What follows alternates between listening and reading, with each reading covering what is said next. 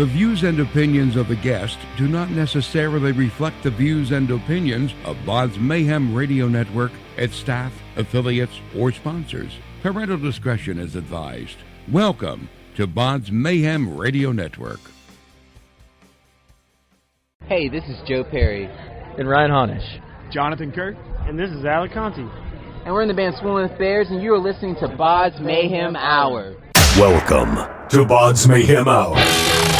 Your source for all hard rock, heavy metal, new metal, alternative, punk, horror punk, hardcore, rock, and all local bands. With your host, John the Bod, a.k.a.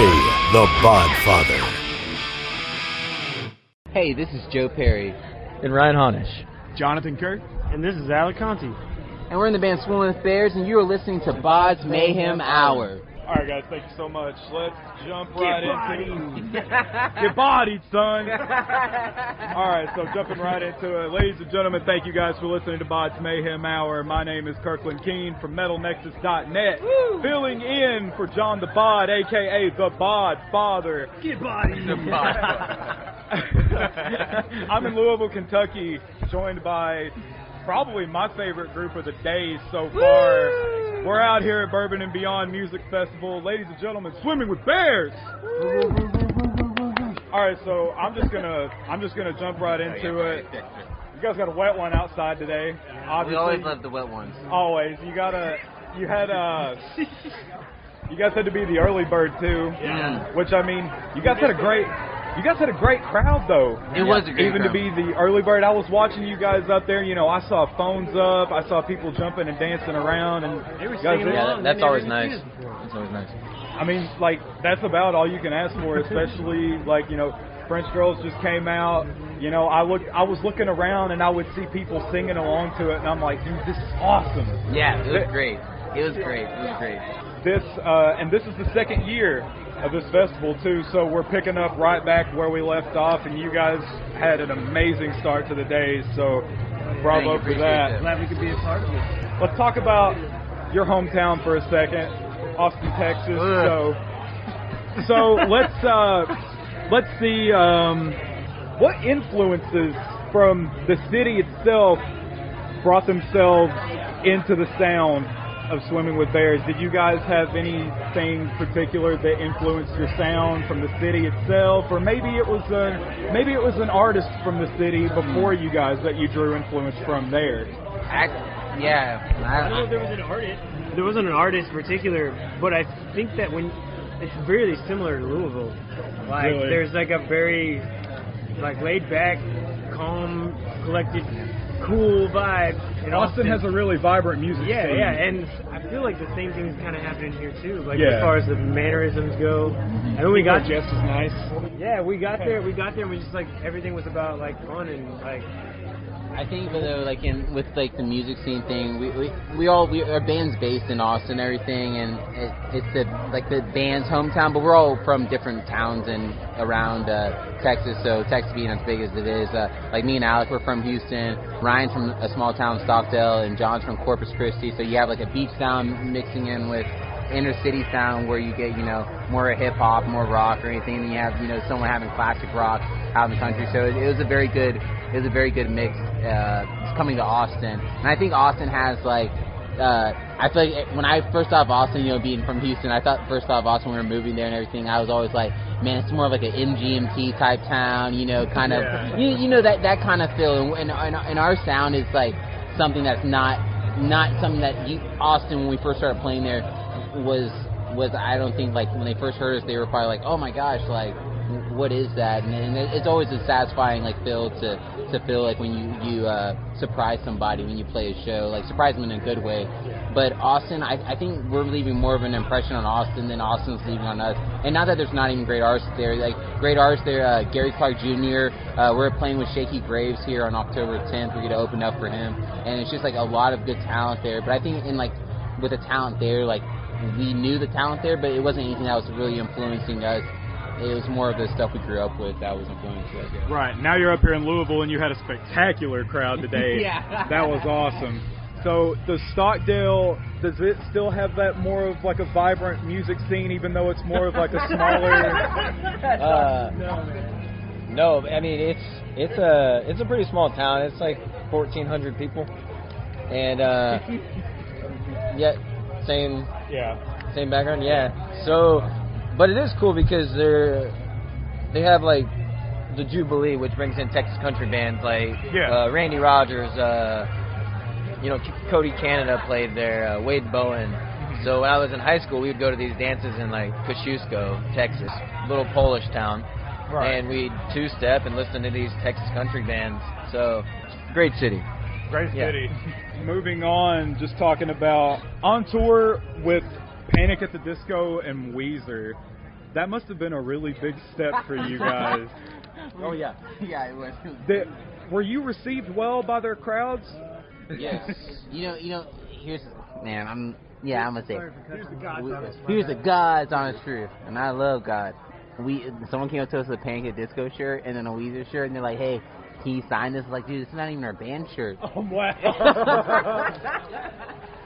But those guys are. That's like if you're in music and you're trying to get it, those guys are definitely people that like as a band you should like aspire to be like on that kind of level, like their professionalism, how tight they are, how good their music is. It's really it's up there. Oh yeah, it's great. Weezer opened up with they started off with hash pipes, and I freaking freaked out. It was like dun dun dun dun dun dun. I was like, oh my god, yeah. Blue October, Matt Noveski, you guys have been working with him. I gotta ask, I'm a Blue October fan myself, so I gotta ask, working with Matt in the studio, does he bring something to the table that otherwise, recording and whatnot, producing, that otherwise you guys may not have had? I think he was excited. He saw something inside and that you could be polished. When we first met him, this was years ago, like 2011, 2010, and we weren't really anything. We really didn't even know what we were doing as far as like the music creation side was going. We had songs, but he came in and was excited with what was going on and the sound that was behind it, and he's like, shit, there's like diamonds in the rough here. Polished us up, gave us like little notes and like just hints and like being a mentor and giving us tips as a person and a friend. He's always given us he's been a good friend of the band for a long time years, now, and man. he's always pushing us in the right direction, just giving us like little tidbits of guidance here and there. Like we don't obviously work with him as much now as we used to, but like he's just one of those good friends you meet along the way that's just like, man, I just want you guys to succeed no matter who you're with, what you're doing, and like just want to keep pushing you guys in the right direction. He's one of those guys that's going to be there for the long run, for sure. For people that would be there for the long run for you guys, who's someone that you look up to musically that you would love? Will Hoffman. Didn't even get to finish my question. All right.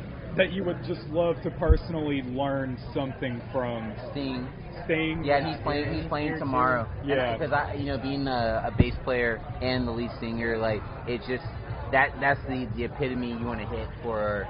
I mean, hopefully I can go further than even Sting's done, but just like building off of what he's done. Like when I was a kid, I used to see the Police concerts.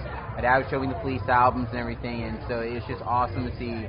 Like it's awesome to play like at the same festival as him, but that's the person that I would like aspire to be like, and as good as his voice is, and just and just how he plays bass. So going back to the origins of Swimming with Bears, sort of. For any of you guys, is this the first project you've been a part of, or back in your respective hometowns, have you been in bands before?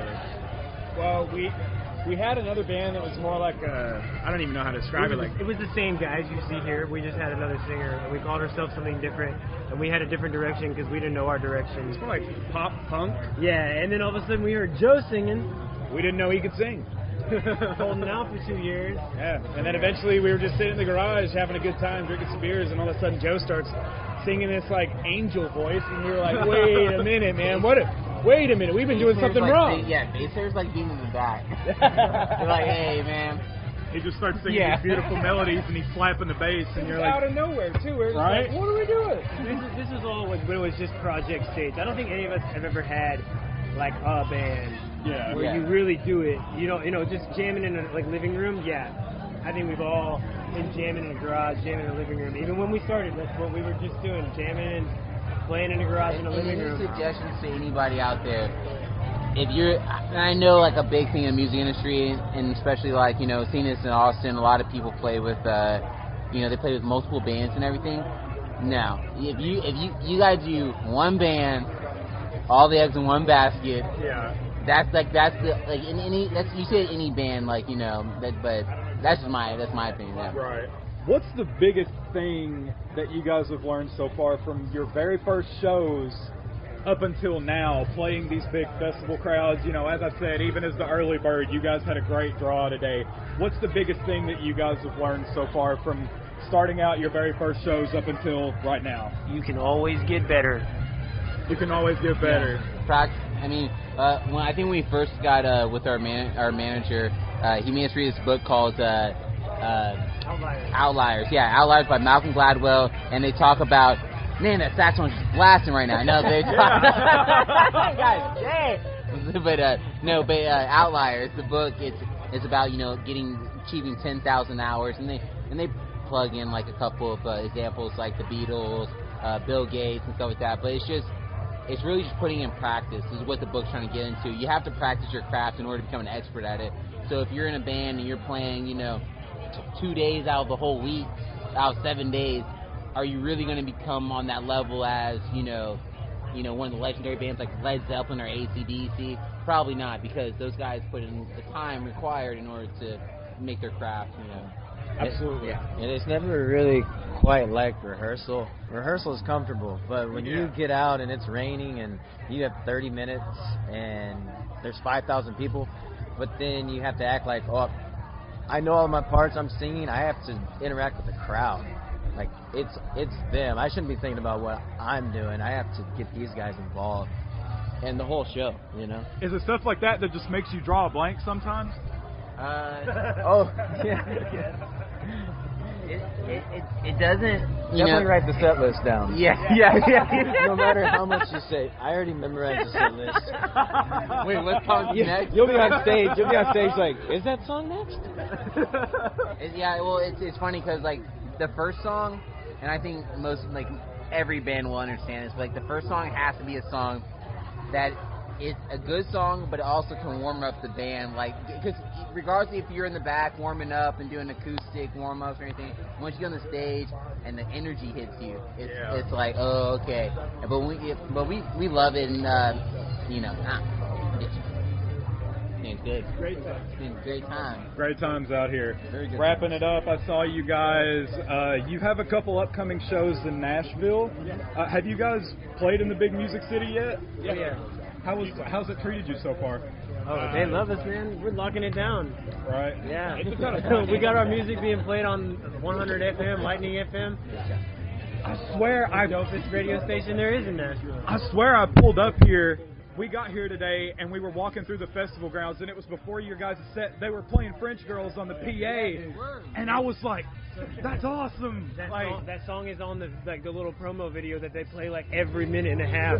So it's already racked up about 300 plays today. It's just gonna keep going. We're trying to sound check, and we just keep hearing ourselves. We're just sound checking the sound, but we're just playing along to it. We got one song in this here, and then French Girls in the other. Yeah. Joe goes, I think they just do that for every band. They just play their single. No, not at all, not at all. Just because you guys are awesome. I really appreciate the plays. Get them Spotify plays up, you know. Absolutely. Wrapping it up, I want to know, the people want to know, what can Swimming with Bears fans expect from you guys in 2019? You want the I want the details. You want the details? I mean, 2018 was great to us, but 2019 is going to be great. And the thing is, we're doing new music, got new stuff coming out, we got plans coming up, but mainly we're going to be putting out new music, and they can expect the best, because we won't let them down. You guys are getting the best Swimming with Bears music ever in 2019. Not ever. It always gets better. Absolutely. All right, ladies and gentlemen, thank you guys so much for listening to BODS Mayhem Hour with Swimming with Bears. Get body.